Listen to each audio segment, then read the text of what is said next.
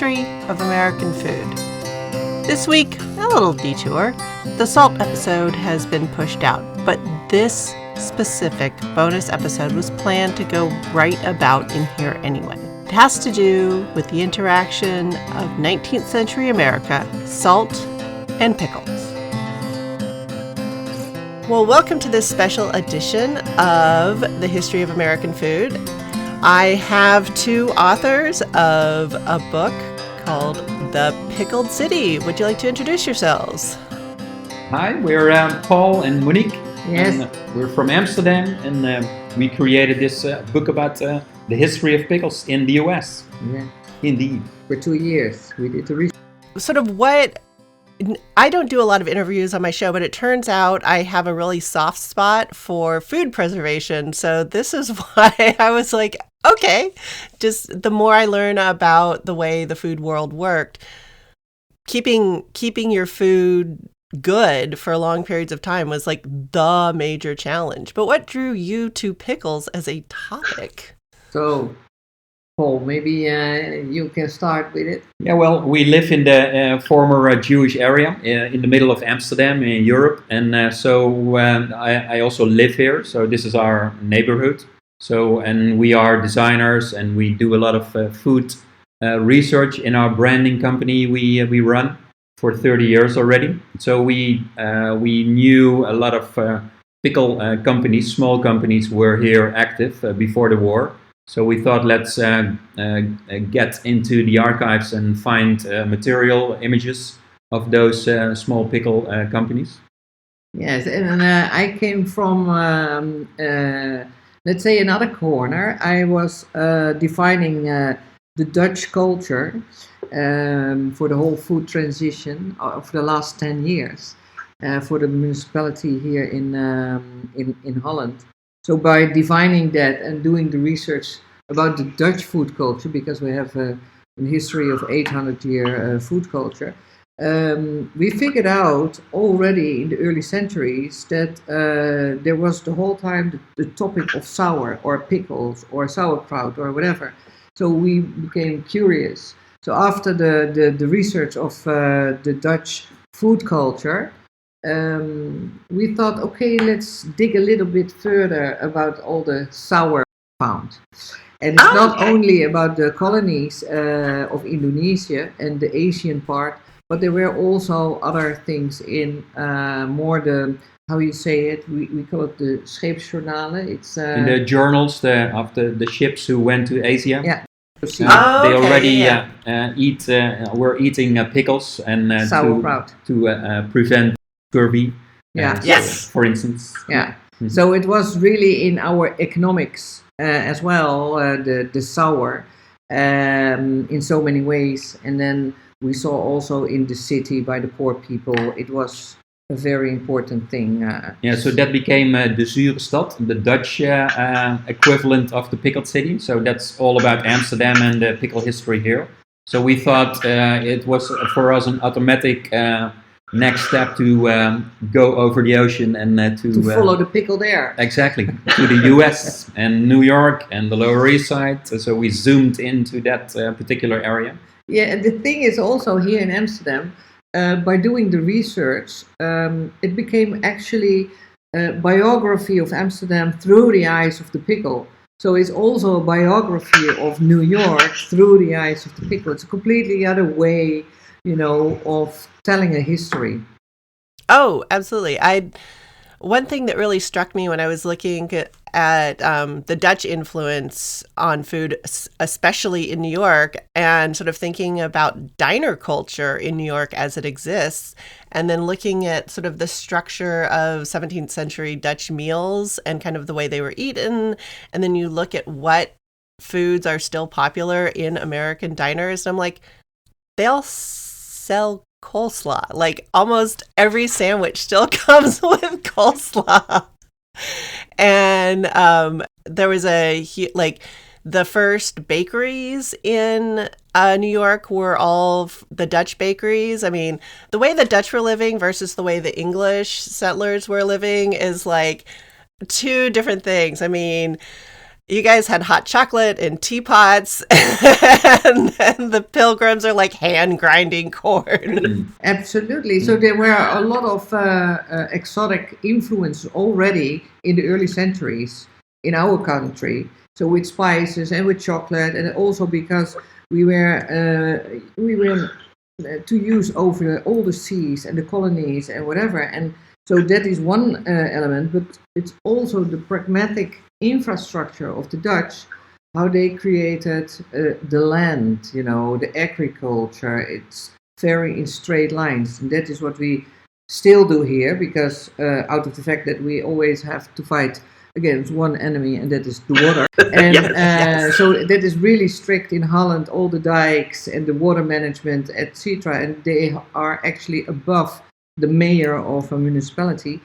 And but beside that, in the contrary, it's also, you can do whatever you want on your own acre, on your own land, and you're free in that matter. So that is the contrast, and everything has to do with either water management or creating food for everybody, and also accepting all the flavors and tastes. That you can see it also on Amsterdam. How Amsterdam is built is really based on a food economy, on a food culture. The canals for the transport, and all the houses are food storage.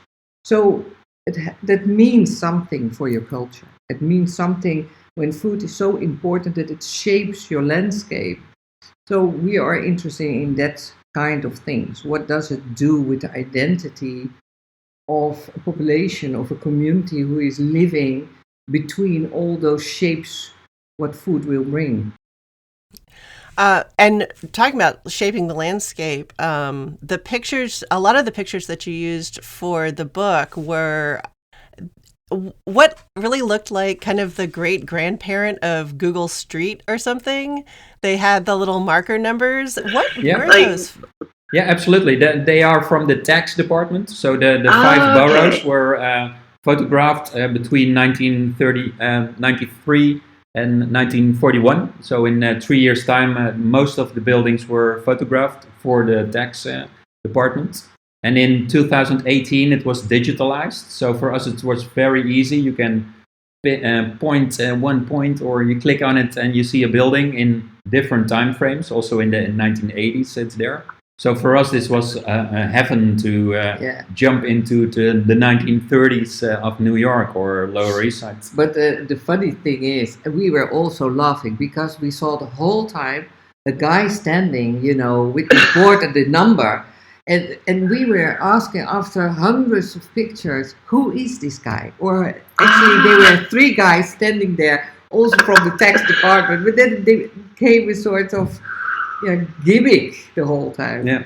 But that is how we work. Yeah, so basically we recreated the Lower East Side like we did in Amsterdam. So if you know all the streets in the 1930s because of those photos, so we analyzed for years and years. Yeah. You recognize the pickle push carts, the pickle stands, the pickle stores, the barrels full of pickles. So, and you also recognize some people. So it's getting personal as well. So it's about a lot of layers. This it's just an interface. This pickle to get to the city and to the culture and to the people and the families. Because quite often the buildings are not there. So we reconstruct the city, and then we can see also the social lines, the demographic lines, and the connection of people. And then we can build up the story of humans, not only a city, but also the people who are living there, because we can recognize them. And we see they walk from one side to the other side. And so the New York Times has a department called Visual Investigation. That's a serious journalism way of doing your journalism research. So that has similarities to our way of working to create this book. Cool. So, and that was one thing that I really liked is like these were just sort of everyday pictures, not necessarily pictures of the pickle stores, but you're like, they're just everywhere. They're just like on the corner and just right there. I did have a lot of fun seeing some of like those high-rise apartment buildings just standing by themselves.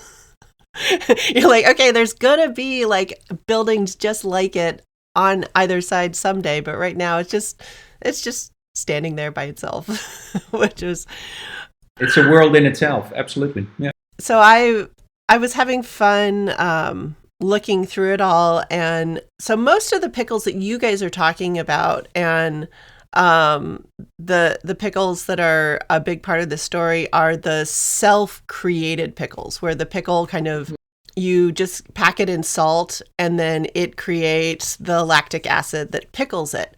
Where in English cookery, it was much more common to make vinegar and then treat a vegetable so it was all thirsty and then would like suck up the vinegar. And so it was sort of interesting that in America there are these two pickle styles that were like bumping up against each other. And so in Holland, is it the same way, or is it all sort of like the self-fermenting? Yeah, basically, when you go back in time, when you are talking about 1200, for instance, Mm-hmm. and it was regular to have in warmer climates vinegar, and in the colder climates, it was easier to pickle pickles with salt because there was the climate was easier to do. But later on in time, so in Holland in 1650. A lot of Jewish immigrants from Eastern Europe, they came with their traditions to ferment pickles with salt. With salt. But later on, it was a mix. So it depends in which time frame you talk about when you're talking about vinegar or salt. Yeah. And also, I think when you look in the 17th century, salt is very expensive. Yeah. Celery is coming from the world salt. So salt was very expensive, but in a way, salt is coming from within. And so if you are as what you say, the lactic acid, what's coming free. And when you put things in vinegar, and it is also a cost element, then you suck it inside. So it's either it's coming from within or from the outside. So that has also to do in time frames what Paul is saying. In some time clippings, you see salt is very expensive. Or later on, when you put it in acid, you can control and stabilize tastings much better. So it has to do with all that kind of technology, what's coming on later on. But this is really a thing. But in present America, most of the pickles are made in vinegar. It's not that everything is salt. And I'd say that's largely a time thing. It's so much faster to do it that way because you can just like make acetic acid and then you just make the vinegar and then you just throw the things in there, whereas the self-pickling, like that takes time. And if there's one thing Americans like, they're food fast. But I hadn't thought about that because, when the English got here, they had pretty much no salt. Yeah. So salty, boom. Okay, I hadn't thought that one all the way through, but that makes a ton of sense.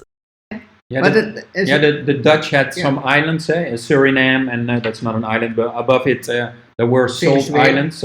Right, like the ABC Islands? Yeah. Exactly. Yeah. And they were salt islands, so that was being conquered by us for the salt. And later on it went to Venezuela, but basically this salt business was a big business as well. It was a big fight for the salt in the world. And in the Dutch, 17th century. Exactly, the Dutch already knew it. If you have salt, you can conquer the whole world because you can preserve your food. And then make your guys sail around with all their salt. The salt herring, we have a herring economy for years. So we won from the Scottish, the Norris, the Danish and the Germans out of the fact that we could preserve the fish in salt. So when the ships came in here in Amsterdam, it was not rotten. So everything was 100% sellable.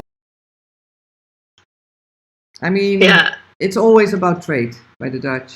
also our food culture. Yeah, but I guess when you look into our book, it's not about the big bridge from Holland to the US. No.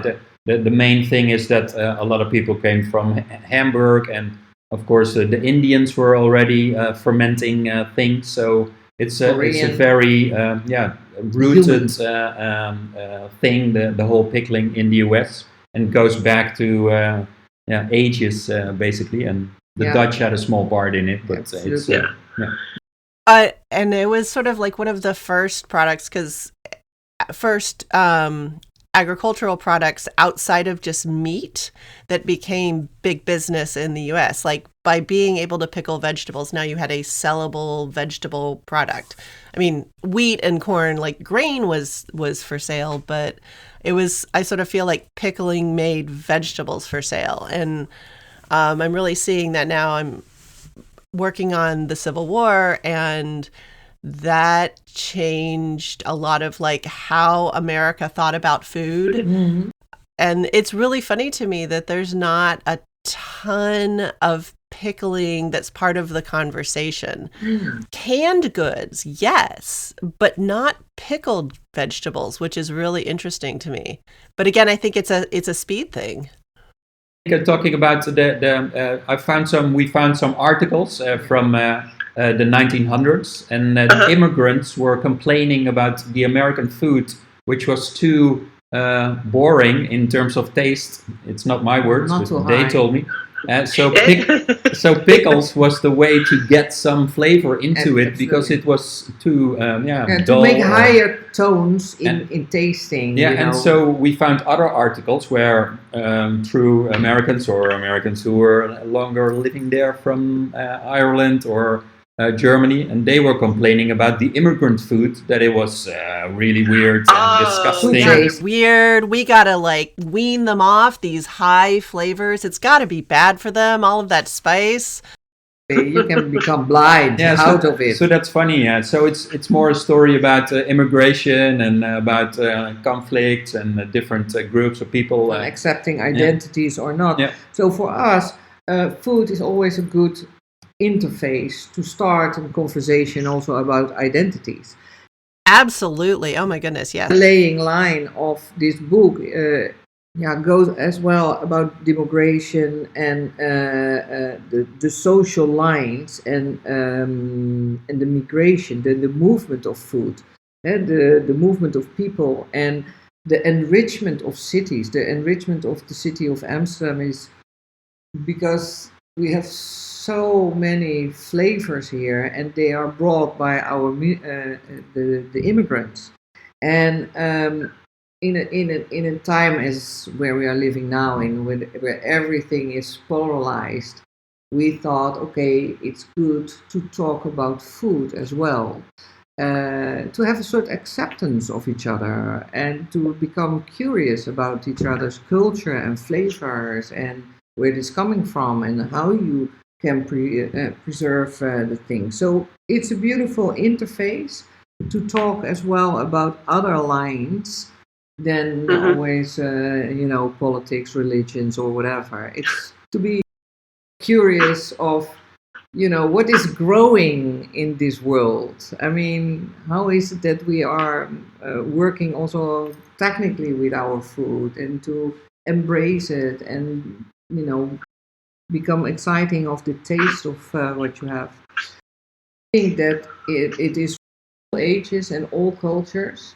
that people are preserving food, because they are moving either from the climate or flooding or curiosity, and then you have to take the food with you.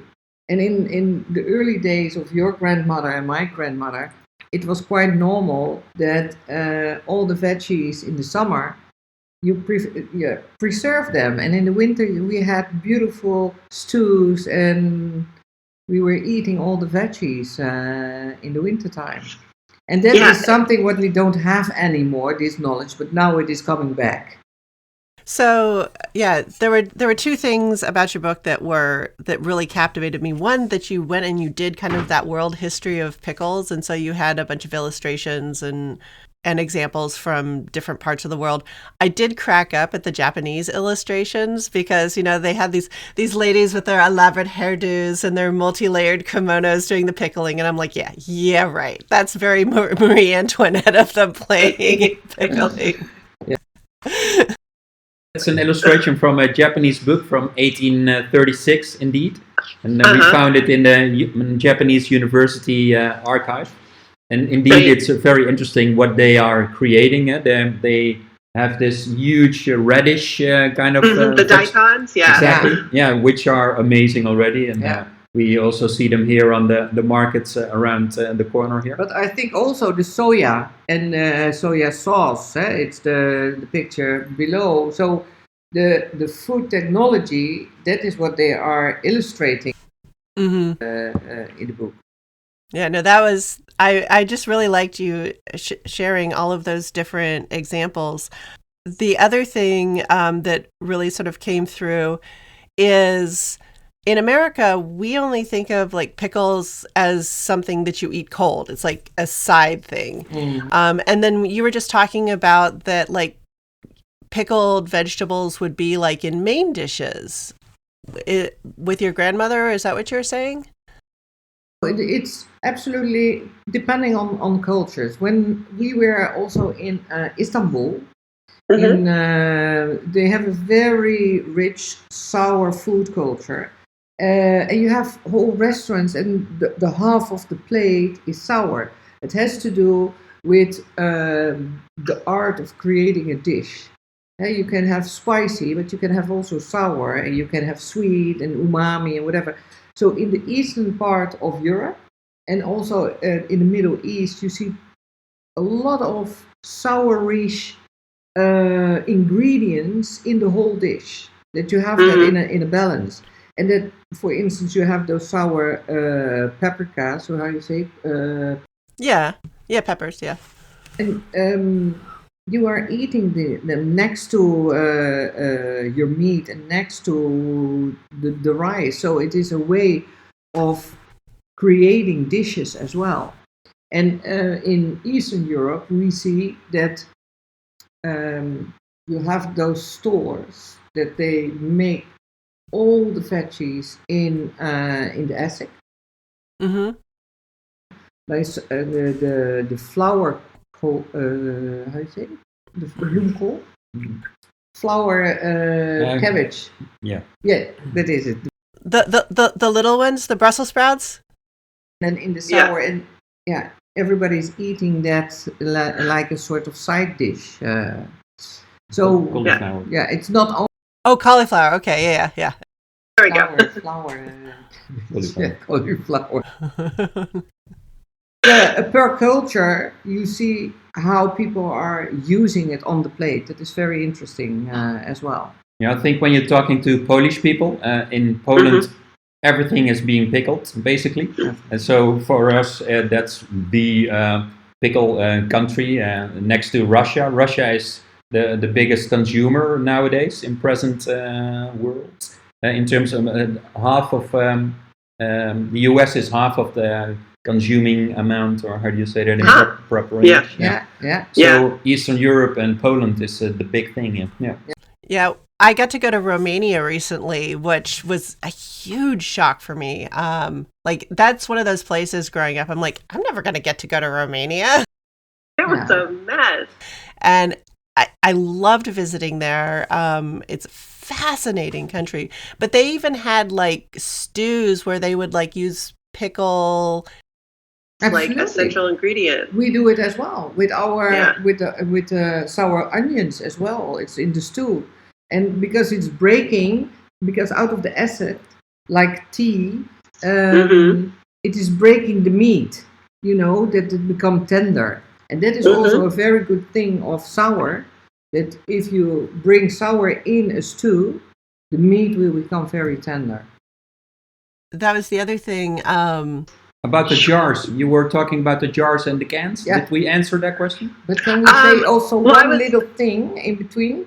Because about the cultural elements of sour in the Jewish culture, there's a big difference between salt and the Essek part.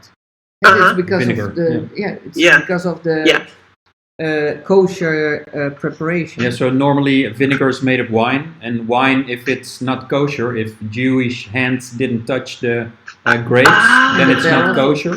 So most of the producers of wine are not Jewish. So wine was not Jewish, and the vinegar therefore wasn't Jewish. So therefore, salt was the thing for pickles. That's the reason. Again. Hadn't thought that one through. That's very cool. Oh, now I remember when I was talking to different Romanians, all of them were talking about how it's quite often 3 out of 4 or even 4 out of 4 of their parents and grandparents had been refugees. Mm-hmm. And I was just thinking, like, this is something Americans do not understand. That a refugee of what? That something would happen to like shake their country up so much that most people they didn't move by choice. No. Like where they're from is messed up. Yep. Absolutely. Yeah, true. Yeah, we found we do family tree research. That's the base for our book. So in this case, Jewish families. So we found where they are from in Eastern Europe. So most of them, they flew because of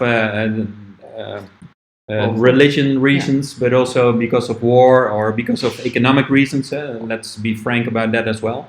But family members, brothers and sisters were murdered in the camps during the Second World War. So in that sense, it was very vivid at that time when you're talking about the 1940s, 1950s. Of course, those people almost passed away. But in that time, there was something else in terms of immigration or your subject you were just mentioning. The refugees. Yeah.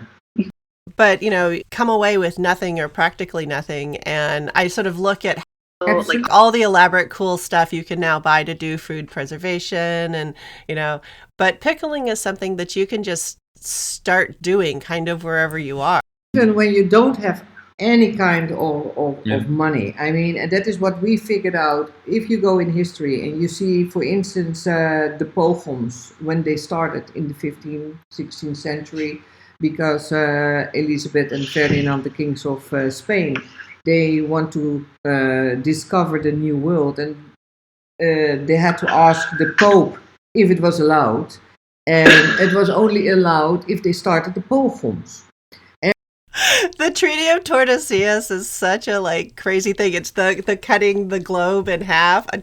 That thing. And so they say, okay, we have Columbus. We want to conquer the new world if it is there in the West. So we start with pogroms. That is that you see the flew from the Jewish people out of Spain, Portugal, going to Antwerp.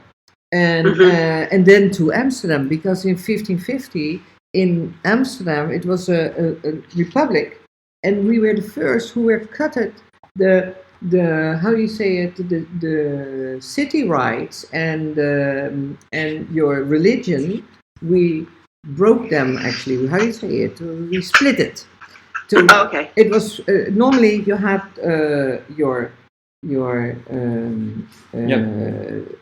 the state and religion was separated. So normally the power is at the religious people, but in this case we split it. We split it. Yeah. State and the religious people. It's a great idea. I love and that it is one. a great idea. So what is it? We are here in the oldest part of Amsterdam, surrounded by all different kinds of churches: the Spanish, Portuguese, synagogue, the cathedrals, Luther.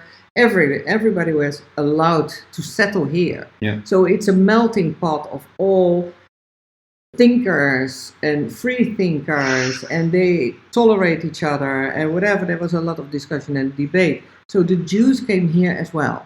It was a safe haven for them. Religious tolerance. Yeah. Religious tolerance, but there was one thing. There was, of course, discrimination. They were not allowed to settle in the guilds. Yeah.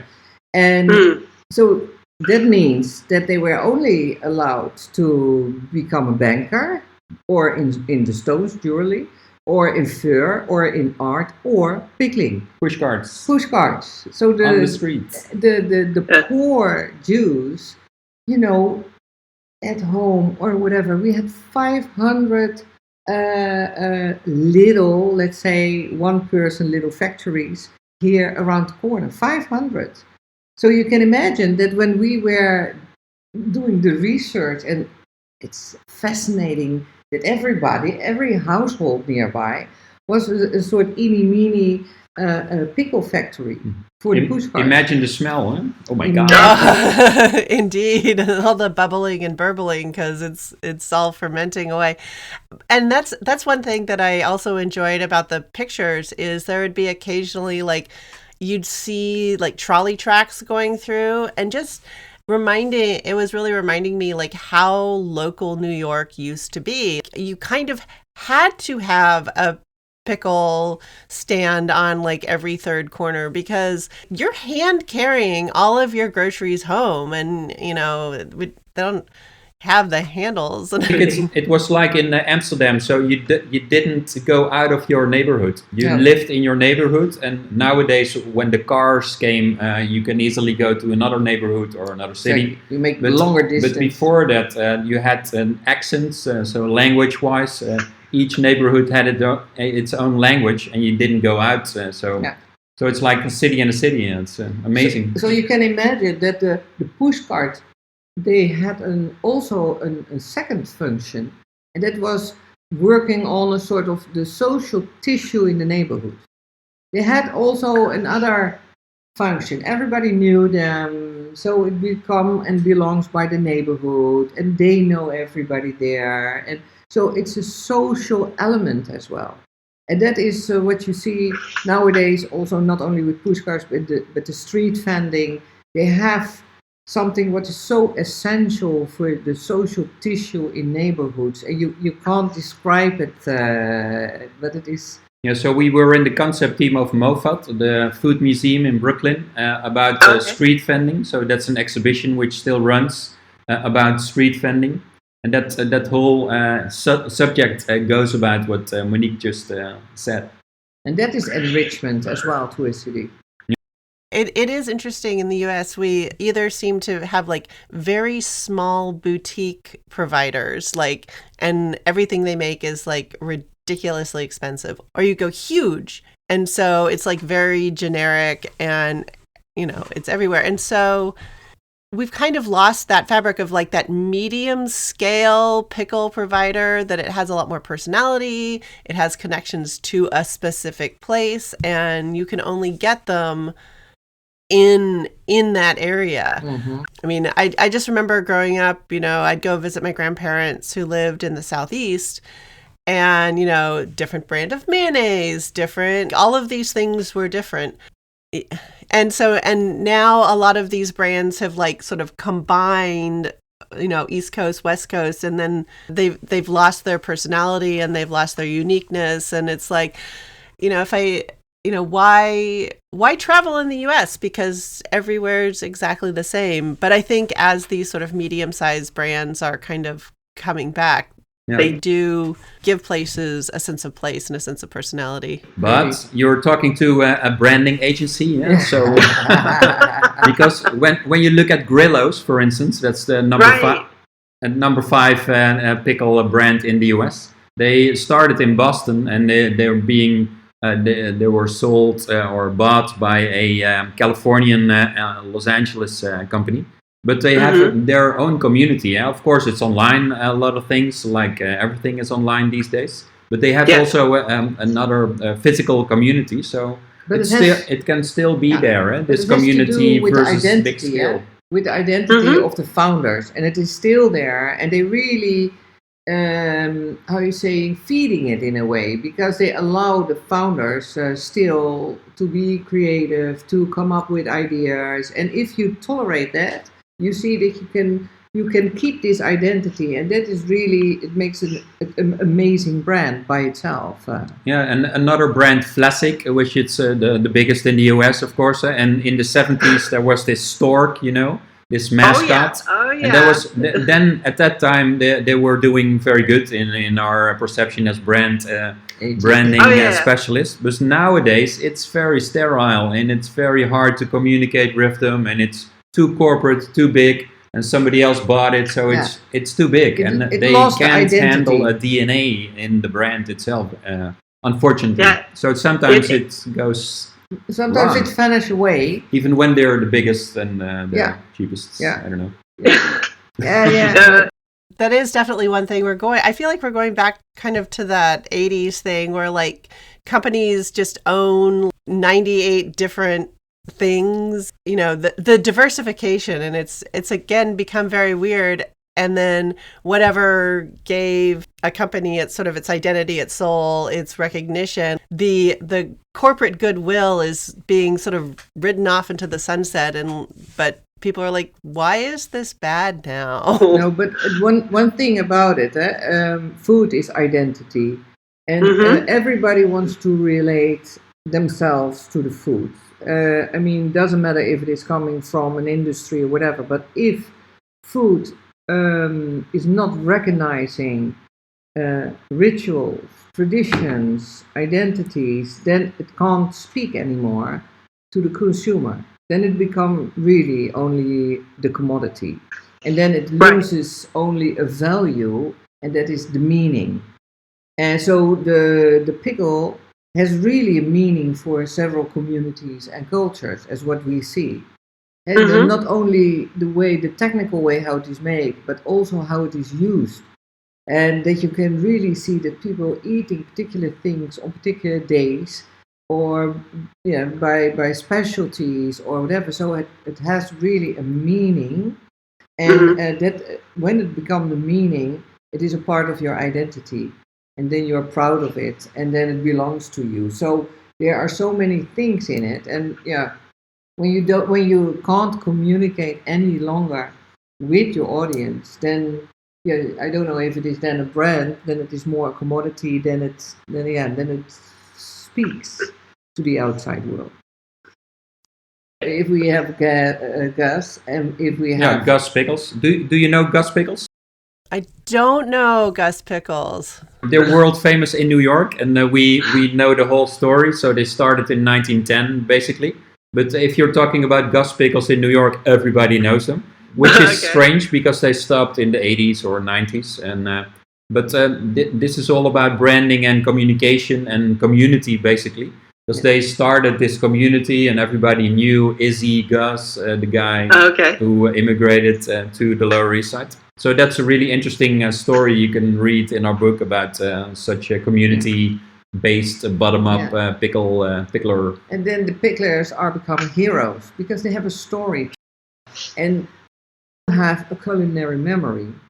And when I ask you, or when you smell something, then immediately you're swapped back in time and thinking, oh yeah, then I was 8 and I walked there, or my grandmother made this, and then you get the whole sensation because it's in our lower cortex, and there is it stored all the memory. So our culinary memory is saying everything, also the way how we can adapt, but also how we can change. So when food is a resilient element, but also a healthy element, then you can imagine if you are trained in your condition to eat without diversity, you cannot build a history. You cannot build up a history. So it is a very elementary enrichment for an individual to have those several flavors, to have those several things in your mouth which you put in your body, besides the healthy effect. But it is the social and cultural element what builds up in an individual, and that is our culinary memory. And it's very important to have this, and to have a realization that you have strengths somewhere to a place and a time where things are coming from. And and that's a really cool thing about pickles is because they're fermenting, they are going to ferment with what's in that place, both like what grows there and then, the bacteria that's in the air. Absolutely. Like for instance, when you're talking about the soil, because we discovered that you have the same kind of soil in the Ukraine than in the Midwest, so Chicago and the Great Lake district. And that's Yes. why there's a huge pickle production nowadays around Chicago and still from the 1850s also. So that's an interesting relation between this case Europe and America, that you have the same kind of soil on certain areas. Yeah, the geologic sort of like breadcrumbs that are left over. It's sort of like the red soil in West Africa and then the red soil in the American Southeast. And so when, the people were brought over enslaved, they're like, oh, we recognize this dirt and we know how to handle, and we know the microbiome of the soil, and we know that also of the plants who are growing there, and we know what to prepare, and we know what it's good for us or not or whatever. So there's so much knowledge about it. Yeah, that's why we are a big fan of the Netflix series High on the Hogs. Yes, amazing. That was a great one. Everybody should see this. Absolutely, definitely see that. I also got to go to Spain a couple of years ago, and I'm like, oh my God, this looks like Southern California. No wonder the Spanish got there, and they're like, more Spain. This obviously belongs to us. All it needs is some pigs. Here you go. Yeah, true. Totally right. Yeah. And so this is also, if you are talking about food history and cultural elements in food, also with the Spanish people, when the pogroms starts, and that is a cruel period. What they did when the Jews left the villages, they put a pig leg on the outside of the door, so that they will never come back. And that is the Iberico ham, what we are eating, what it is delicious. But you see how tradition or an event in time has a meaning, and now it lost, of course, his meaning, luckily, and now it is a delicious thing. But we see it in food, we see it in textiles, we see it in architecture, and we see it also in painting. The portraits on a bill, for instance. You see that it is losing the meaning, the instant meaning what it has, and then become a sort of commodity, and then we can use it either for fashion or for food or whatever, and it lost his original starting point. Yeah, like the Scottish tartans, you were being killed if you had the wrong tartans in the wrong area, and now it's just fashion and doesn't matter which tartan you wear. Yeah. So it is beautiful how you see in time that it loses the actual meaning how it started. Yes, and it is absolutely. with a lot of food recipes, is what we see. So one thing I asked the last person I interviewed was, over time, I have sort of figured out, or I have a theory about like what the most American dish is now. And because you guys are the pickled people, I think it's perfect. But for me, it's the fried chicken sandwich on a bun with pickles. Cool. Oh, yes. How come? Well, so like frying foods and frying chicken, frying birds specifically. Southern part of Yeah, and so frying foods, like deep frying foods in oil, was something that was happening in West Africa. The number of different oils they use to cook their foods, I still can't wrap my head around it. But that technology was really brought to America by the enslaved people. And then our obsession with bread, wheat bread. And now, like, we basically decided that we needed to own the entire continent to have the middle so we could plant enormous wheat fields. And so that's the bread.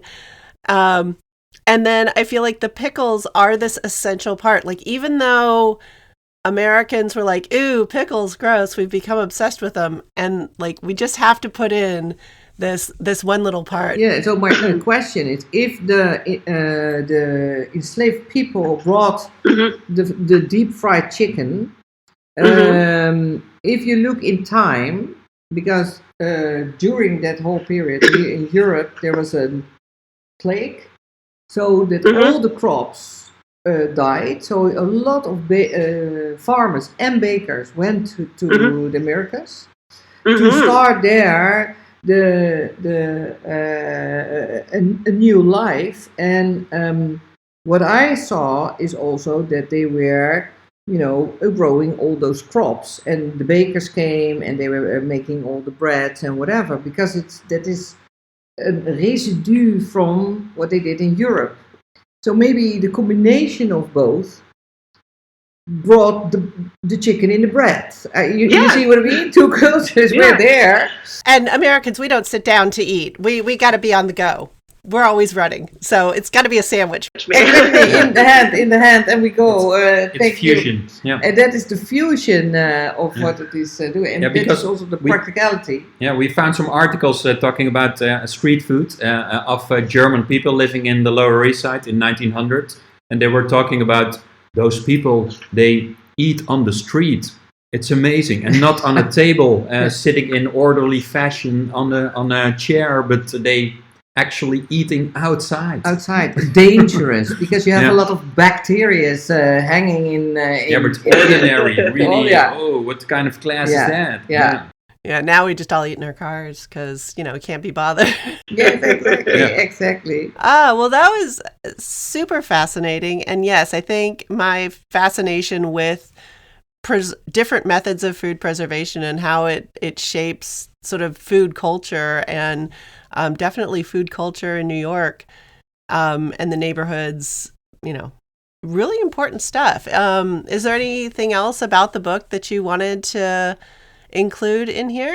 No, I think we said it all. Well, everybody should go take a gander at this book because it has beautiful illustrations, tons of fun stories, and you just have to go look at the pictures, and it's time travel. Looking back at all of this, I'm really glad that you guys were willing to come on and talk to me and tell me all about your book. And likewise. Yeah. So everybody should go out and get a copy of The Pickled City. I know I said I never did interviews, but I have learned over and over again, never is a terrible word, because it always ends up making you look silly. And once again, I am doing an interview because I do have a soft spot for food preservation. And as we are entering into record-breaking heat, never been seen in human history, once again, the idea of how to keep our food from going bad becomes more important. In the days before refrigeration, salt was where it was at. So even though this isn't the salt episode, this is a very important history of salt episode. Pickles and the connection of New York at the end of the 19th century with the pickles of the Old World. So next episode, we will address the salt industry in the late 19th century and all of the important ways that a lot more people were a long, long way from the farms. So how do you deal with that? And when you don't have a refrigerator, you don't have a freezer, and things are a little too swampy to dry them out. Thanks for listening. Any email questions or quibbles will continue to reach me at thehistoryofamericanfood@gmail.com. Downloading the episodes helps me know that you're out there, but even better than that are your reviews. And if you like what you hear, tell a friend, tell a stranger, tell your grocer. Music for this podcast is Fingerlympics by Dr. Turtle, and you can find me on Threads, Insta, and elsewhere as @THOA Food, and all this information is available in the show description.